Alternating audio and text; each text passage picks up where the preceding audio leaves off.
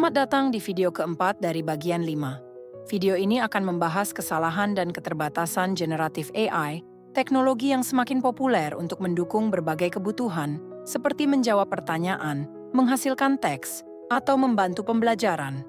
Meskipun generatif AI sangat bermanfaat, ada batasan penting yang harus kita pahami. Dengan memahami kesalahan yang sering terjadi, kita dapat menggunakannya secara lebih bijaksana, memastikan hasil yang lebih relevan, dan menghindari dampak negatif yang tidak diinginkan.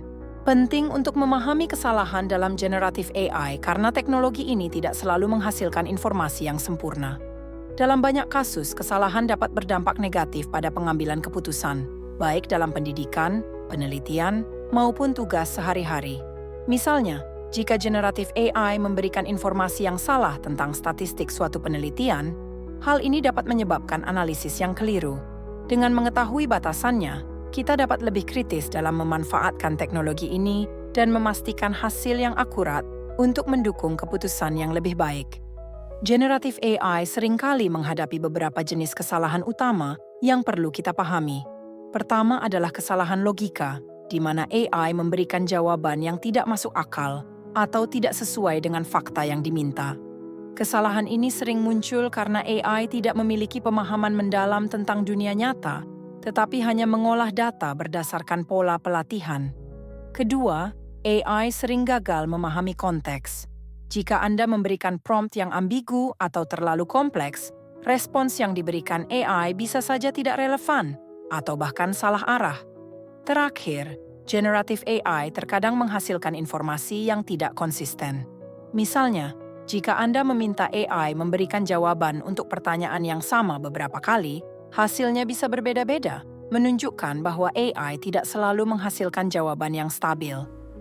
Salah satu kelemahan utama generatif AI adalah kesalahan logika. AI tidak memahami konsep sebab akibat, sebagaimana manusia memahaminya. Misalnya, jika Anda meminta AI menjelaskan hubungan antara suhu global dan jumlah penguin, AI mungkin memberikan jawaban yang terdengar benar tetapi sepenuhnya salah karena gagal memahami hubungan nyata antara kedua hal tersebut. Selain itu, AI juga sering membuat kesalahan dalam perhitungan sederhana.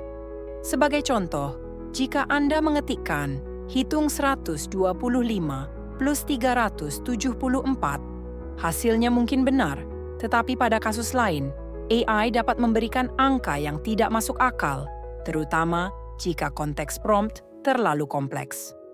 Ini menunjukkan bahwa AI masih jauh dari memahami logika dasar manusia. Pemahaman konteks adalah tantangan besar bagi generatif AI.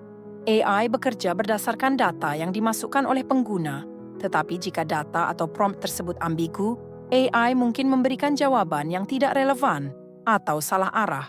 Misalnya, jika Anda meminta AI menjelaskan pengaruh budaya terhadap pendidikan tanpa memberikan detail lebih lanjut, AI mungkin hanya memberikan respons umum yang tidak benar-benar menjawab pertanyaan Anda. Kesalahan lainnya adalah AI sering salah menginterpretasikan maksud dari prompt.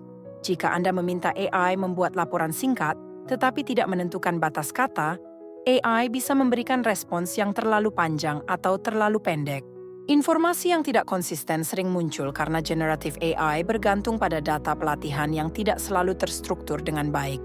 Misalnya, jika Anda meminta AI memberikan statistik tentang penggunaan teknologi di pendidikan, AI mungkin memberikan jawaban yang berbeda setiap kali Anda mengajukan pertanyaan yang sama. Hal ini terjadi karena AI tidak mengacu pada sumber spesifik, melainkan memproses pola dari data besar yang tidak selalu relevan. Ini menunjukkan pentingnya memverifikasi hasil yang diberikan AI, terutama jika Anda menggunakan informasi tersebut untuk pengambilan keputusan penting. Bias adalah salah satu masalah yang serius dalam generatif AI. Sistem ini belajar dari data besar yang mencakup berbagai sumber, tetapi jika data tersebut tidak inklusif atau mengandung bias tertentu, AI akan mereproduksi bias ini dalam responsnya. Misalnya, jika Anda bertanya kepada AI tentang profesi insinyur, responsnya mungkin lebih cenderung menyebut laki-laki sebagai insinyur karena bias gender yang ada dalam data pelatihan. Ini menunjukkan bahwa AI tidak memiliki kemampuan untuk mengevaluasi keadilan atau keberagaman dalam responsnya. Generative AI sering mengalami kesalahan dalam memenuhi format yang diminta. Misalnya, jika Anda meminta AI untuk menulis esai 5 paragraf, ia mungkin memberikan respons yang terlalu panjang atau terlalu pendek karena tidak memahami struktur yang diminta. Kesalahan lainnya adalah mengabaikan elemen penting yang diminta dalam prompt. Misalnya, jika Anda meminta daftar lengkap, AI mungkin memberikan respons yang hanya mencakup sebagian dari apa yang Anda perlukan. Kesalahan generative AI dapat berdampak signifikan pada pengguna. Salah satu dampaknya adalah menurunnya kepercayaan terhadap teknologi ini. Jika pengguna terus-menerus menemukan kesalahan, mereka mungkin enggan untuk menggunakan AI di masa depan. Selain itu, kesalahan informasi dapat menyebabkan keputusan yang salah. Dalam pendidikan, misalnya, kesalahan ini dapat menyebabkan siswa memahami konsep yang salah. Dalam dunia kerja, informasi yang salah dapat berdampak pada strategi bisnis atau analisis yang salah. Oleh karena itu, penting untuk memahami keterbatasan AI dan selalu memverifikasi hasilnya. Generative AI adalah alat yang sangat bermanfaat, tetapi penggunaannya harus dilakukan dengan hati-hati. Memahami jenis kesalahan seperti logika, konteks, atau bias membantu kita menggunakan AI secara lebih bijaksana. Ingatlah bahwa AI adalah alat pendukung, bukan pengganti manusia. Selalu verifikasi hasilnya sebelum digunakan untuk keputusan penting. Terima kasih telah menyimak. Sampai jumpa di pembahasan berikutnya.